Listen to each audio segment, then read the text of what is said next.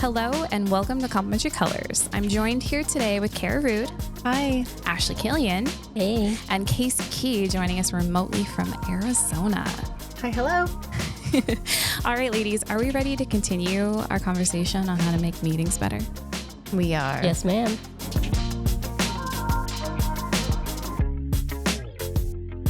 All right. So previously, we talked about the importance of meetings and how they play a pretty vital role in clear communication.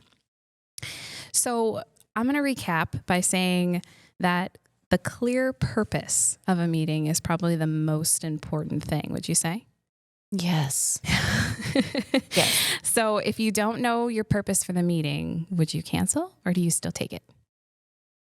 Perfect world, you cancel. Yes. What about you, Ashley?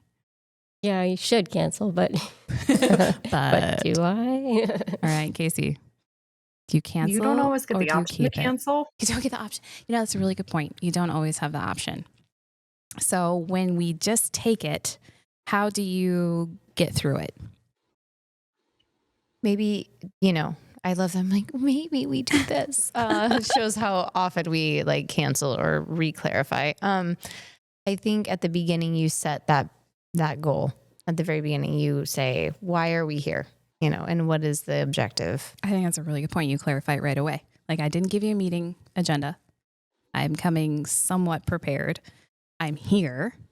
I'm ready to focus. This is what I'm going to focus on. I like that. So you're almost making the agenda and the meeting minutes at the same time. Mm-hmm.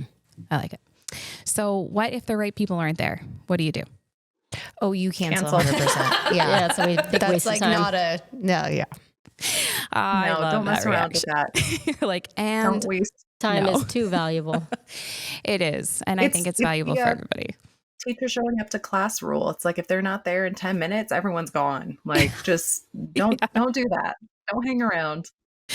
Absolutely. So I think that it's safe to say that we agree with the stat that 85% of managers and employees think that the hybrid remote work from home is here to stay. Do you agree? Yes. Yes. With the 85%? Yes. Mhm. As Casey's like, I'm in Arizona. She's in The a sun is in camper my and the eyes." sun is such a problem. Okay. Okay, sorry. Calm Just down. Calm down. Okay. So I'm going to I'll ask you trade y'all. guys a question. Come visit me. How about that? Yeah. Oh my God. Next plane is when? Nonstop to Phoenix coming your way. I'll okay. be there next week. So whether we are in person, whether we're remote or hybrid, physical space actually still plays a very vital role.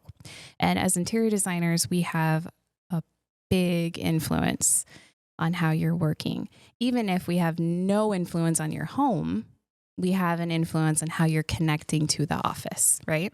Mm-hmm. So how would you say that space and the environment play an important role in how that can be successful in a meeting?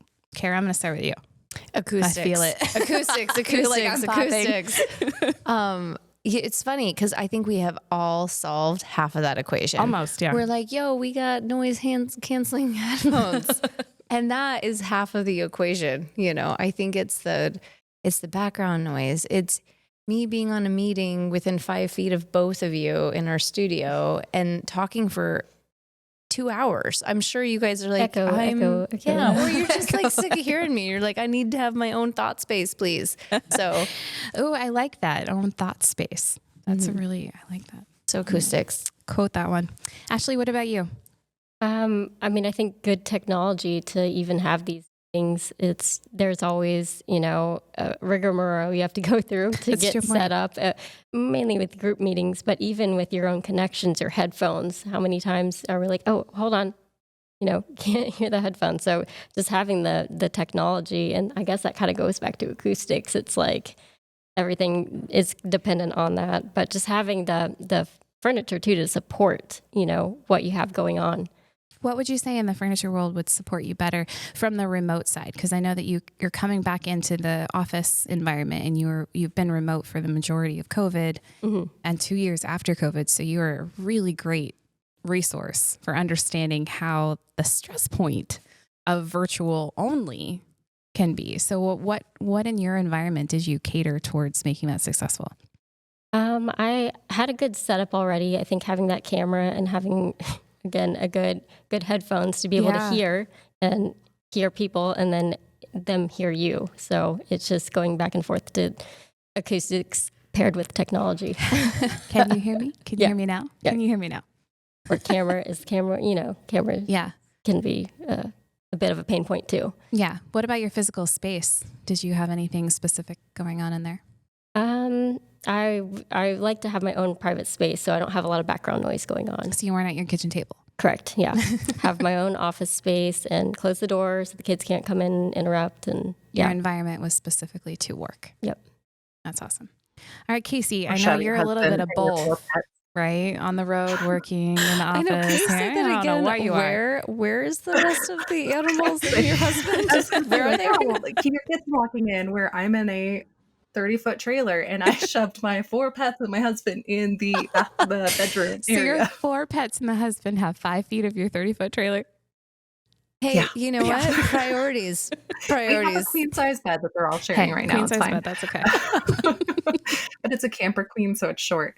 For those who live in campers out there and understand the pain. Small house worlds. Anyway, I know. Well, the one thing I was going to say on this topic, though, is something I've seen our office flex to really well, especially because we have a lot of military projects, as I've seen.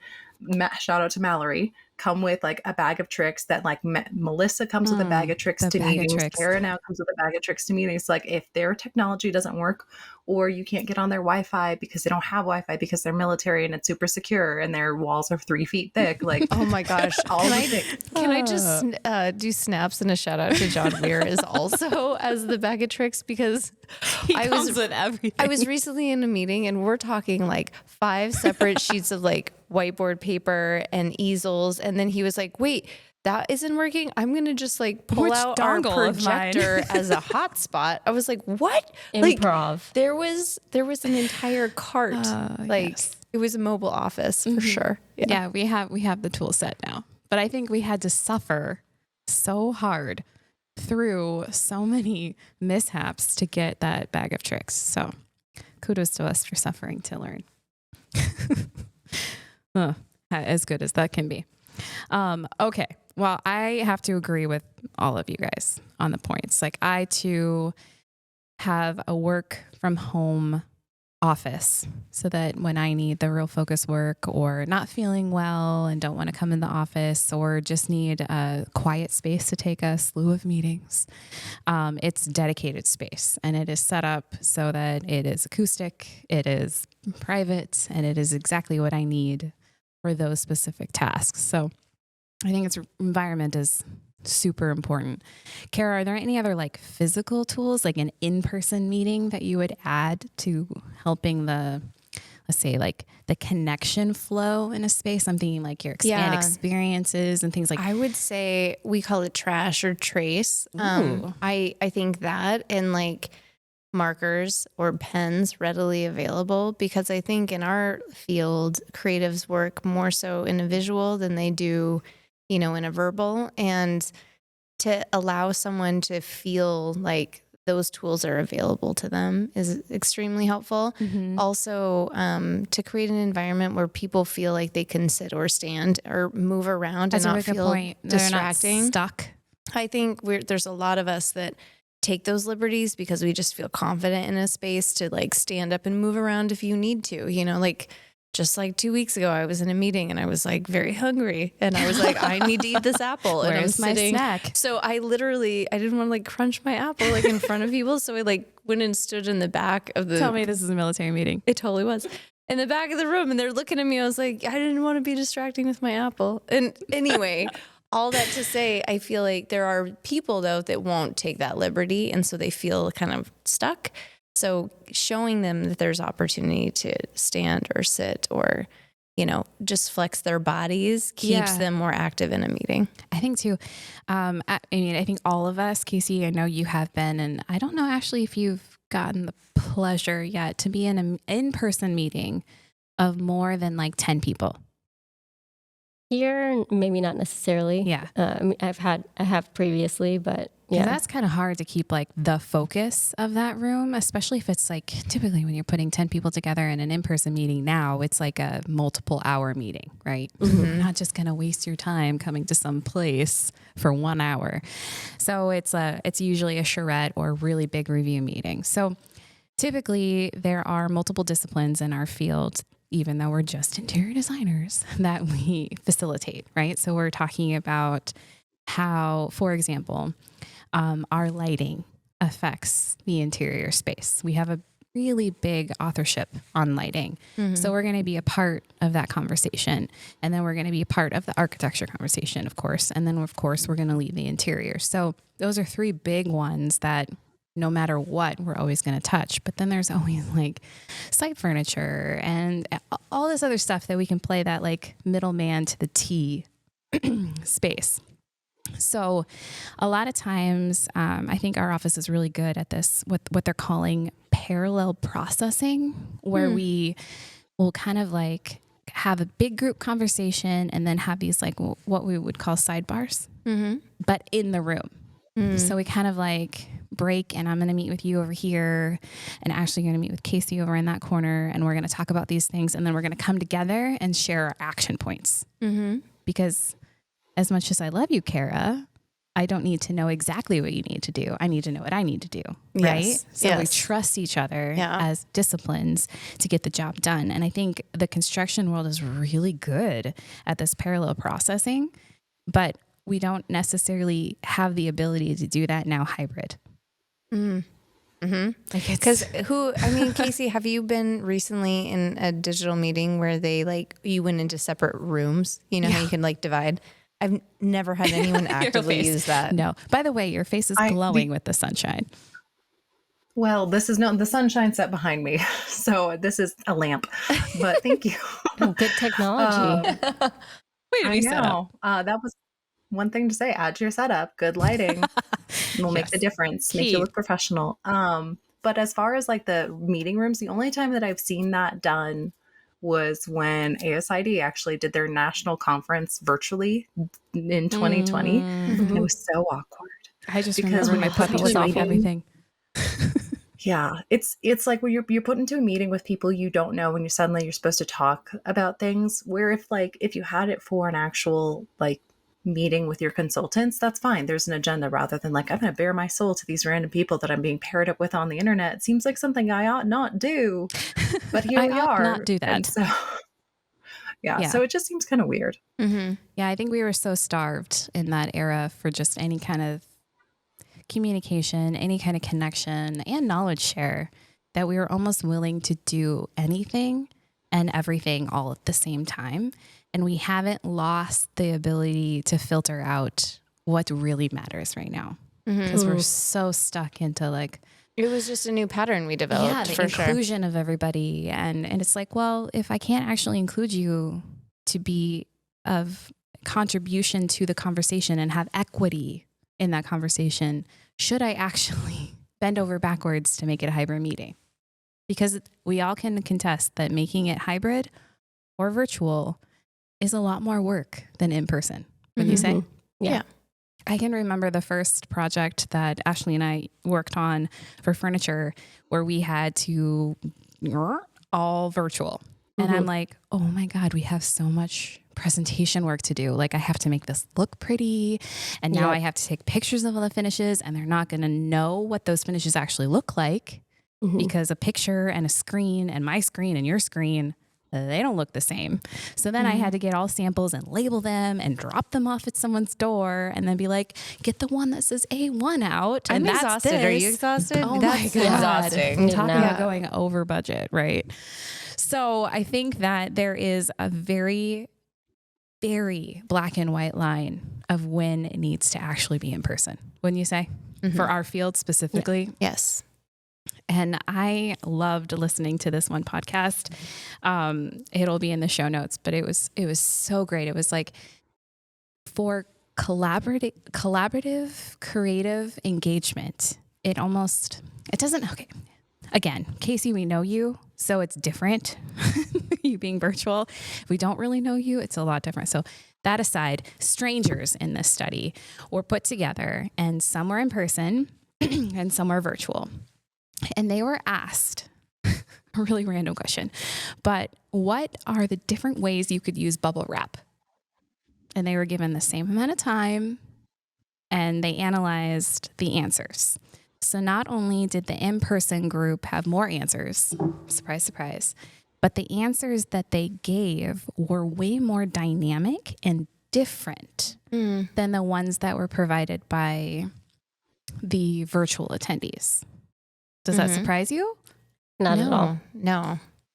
I feel like, like when you're in a conference and the person standing on stage, even if the person was just called up to, like, let's say, receive an award and give a speech, the second you're in person and everyone's looking at you, like, you perform. You do perform. You turn it on. Yeah. You don't perform and you don't turn it on if you're not put in that situation, I You think. get the full scope of what somebody's doing, their full body language, rather than just from, the neck up. That's a really good point, Casey. Wouldn't you agree? Like you get the facial expressions, and you get, I don't know, everybody gives off energy. I was gonna say, too, Well, it's right? Yeah. It's that Zoom meeting danger of your pajama pants on the bottom and business on the top. You're not fully invested. It's like the fashion mullet. Yeah. Yeah. it is. It's the fashion mullet. Like it's the I don't really have to have one full foot in one or the other. My brain says I'd rather be in bed in my pajamas, but my top half says I'm at least present. And I In bed think with my that's pajamas on my cat in my lap. exactly. Yes. Or two. But it's one of those, like, when you have an opportunity, as Kara said, to perform, you're fully invested. Suddenly you care more. Suddenly it's now not just half of your reputation on the line, it's your full It's the full self on thing. the line. Like it's, yeah. So that's my 2 cents. So I think you guys touched on all of the actual points in the study, which is so great that we just ingrainedly know this. But Melanie Brooks is the author of this study, by the way, and she has a book on communication and video and like the creation of ideas on video. And she found in her study that not only did the groups that were in person provide 15 to 20% more ideas, but their ideas ranged in diversity because of their environment. And she was explaining the fact that when we are focused, our gaze and our minds get focused, right? And so when we're in a room, we have nowhere to drift our like sights to. We can't necessarily like wander off and look at the cheetah in the corner and go, oh, Africa would be such a cool place to be right now. Like, what if bubble wrap was like this cool thing that found on a giraffe and it was like hanging and flowing with the wind? Like those things don't happen when you're in your home, right? Or you're in a cafe, or maybe a cafe because you're in a little bit more activated space. But your focused area and your environment play a huge impact on your personal ideation creation. So the more that we can share that together, the more diverse our ideas are going to be. And the more diverse our ideas are going to be, the more novel the actual outcome is going to be. Yes. Right? Snaps for novel. That's an interesting Snaps point are of novel. just like staring at us when you're at home, you're staring at one place the whole time. So less engaging. And Yeah. a thought about that could be also that when you're in a space, you're both properly inhibited and then uninhibited. Yes. Where that's your a good point. creativity has this idea of being able to like be free and have conversations on the sidelines or talk to the person next to you because you both had the same great idea and you're taking it to the next step. But it also has that little bit of that social, like, I can't be an asshole, because we all know what that's like to have this voice on a meeting that is dominate. incredibly hard to deal with. You can't see their face, but my goodness, you can imagine it because they're just being a butt cheek. They are. And so it's like when you're in a social setting, it might help inhibit some of that. Not all ones, Yeah. but you know. But I would say, yeah, it keeps you more socially in check. Yeah. Yes, that's a great point. Yeah. And it also helps you like combat the lack of energy, that we can feed off each other in a room. But when you are virtual, to avoid that like energy suck, because usually, well, first of all, I recommend if you're virtual in a meeting that you have a focus task. You're not ideating, right? Let's take a step back and really understand that ideation really does need to be, or put yourself in a cafe, put yourself in a space that will allow your brain to expand some of those thoughts. But it definitely does help. This hybrid version helps us communicate on different time zones, in different states, at different times of day, all of that stuff. But to combat the energy of staying on the same level, we'll say, it does have to give equity in who's talking, right? So I think we all know what this person coined as a hippo effect. Do you guys know what a hippo effect is? Mm-mm. Okay. Highest paid person opinion effect.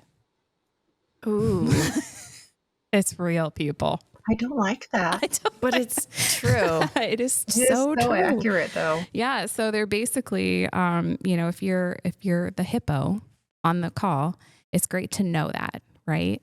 Because you'll know that what you say has influence over everybody that's on the call, no matter what you do, right? Like that's just ingrained in your status. So if you know that, or the person that's facilitating the meeting knows that, that invites you and put yourself last. Like you're the last person to give an opinion or an idea or anything. So you're not influencing someone else's potential to gather their own authentic creation of an idea or thought or not feel intimidated to say something. So that's really important to have that kind of under your belt. I was going to say the intimidation piece. Yeah, definitely. Hits home. You've been intimidated before? Never. Okay. Well, I think that we should almost have a whole nother podcast on like hybrid work and how we can make like that so much better with all of the tools and stuff we have. But to end this one, I would love to know from you guys, if you were to create the best hybrid world to prepare yourself for the next conversation, what would your hybrid meeting look like? If you could rethink everything, take yourself out of the box, shake it up, and recreate something. Snow globe, Casey, as Casey would say, snow globe. Casey, you go first. Oh, does it have to be hybrid, or can we just like take hybrid out of the equation? Has to be hybrid. That's the only requirement. You're setting us up for the next one. I mean, AI in the world would want us to say, "Oh, meet in the metaverse," but I think that that's like such a dangerous idea. But I think that there's a nugget to that where, if I was going to shake it up and make it my own, hybrid meetings would you would take away the turn off camera button. Oh yeah. So that no choice. You could always be seen and always be like, what if you have a kid in the background, fine, no one cares. But it shows how attentive you are, so we can either not take you seriously if you're not being attentive, or just have that little bit of It's more authentic. Okay, you know what? Exactly. It's like the required authenticity. Okay. So But that would be- camera's always on. There's no option to turn it off. Kara, what would you put in that? Oh no, go ahead. I was just gonna say, which would be very uncomfortable for me because I don't always look good. So I'm like, you'd have to get past that, or deal with the fact that you're on display. You always look great, Casey. I don't Yes, know what you you're do. talking But about. I hear you. It would have to be more about what we're producing and less about vanity, which I think would be hard for everyone. So, well, that was a great one. I think the other one I would say is, now that we're doing absolutes, camera always on absolute, add to the absolute list that if you were not going to partake in an action or verbalize more than an intro or I heard that, or yes, okay, an actual action that you do not tune into this meeting. You are not required to be at the meeting. Instead, you just review meeting minutes for information. I like that. Snaps yourself to that. out. Yeah. Snaps to that. What about you, Ashley? What would you add to that? I'm on the same wavelength as Casey again, because recently we talked with the client about their policy was to have the cameras on. And I, as a remote worker for 4 years, you don't always dress up for the job. You're one of the benefits is that you're not leaving your home. Right. But it does give you kind of more purpose, I feel like, in a way. And you get to see those facial expressions. So I think there's a big importance to it. And then you don't know, if somebody left. So, I mean, people can leave and you would never know it, So they're just hiding behind the blank screen, of their initials. I think it's important to have that camera on. It tells a lot on what's going on in the meeting on both sides. I agree. And all of these things are pointing back to like very humanistic aspects of how we connect just in general on a normal conversation. Wouldn't you agree? Mm-hmm. Yeah. So we need to bring a normal conversation to hybrid meetings. Okay. So I'm charging us for the next podcast to talk about how we can make that happen. I like it. All right. Alyssa, So you have to give us your snow globe. my snow globe. What's your snow globe idea? Oh, my snow globe. My snow globe would be to have, in addition to cameras always on and being prepared, like you're there for the part. I want to make sure that access to being able to talk is free. Like I don't want to you're on mute, off mute, off. Just can we all like not have a mute button and just be on like that? No mute, no camera off. That's what I would want. Nice. We're going to take everything that you have. Dogs, cats, babies, whatever it is. I want it all. I want to know where you're at. But so next Unless time. you're all in the same office together, then it's a little, you're getting the echo. Okay. Well, maybe that's part of her snow globe. Get rid of that. That's going to If you're be sitting part three of our desks like. away, sit together. If you're in the same office, you're in one room. Of course, your settings have to affect your environment, affects your rules, right? Yep. Okay. So next time we'll talk about how we can make hybrid work better. But until next time, thanks for joining us today. Bye. Bye. Hola. Complementary Colors is a production of MCG Explore Design, an architecture and interior design firm located in beautiful Anchorage, Alaska. If you'd like to hear more future episodes, be sure to subscribe to Complementary Colors wherever you find podcasts.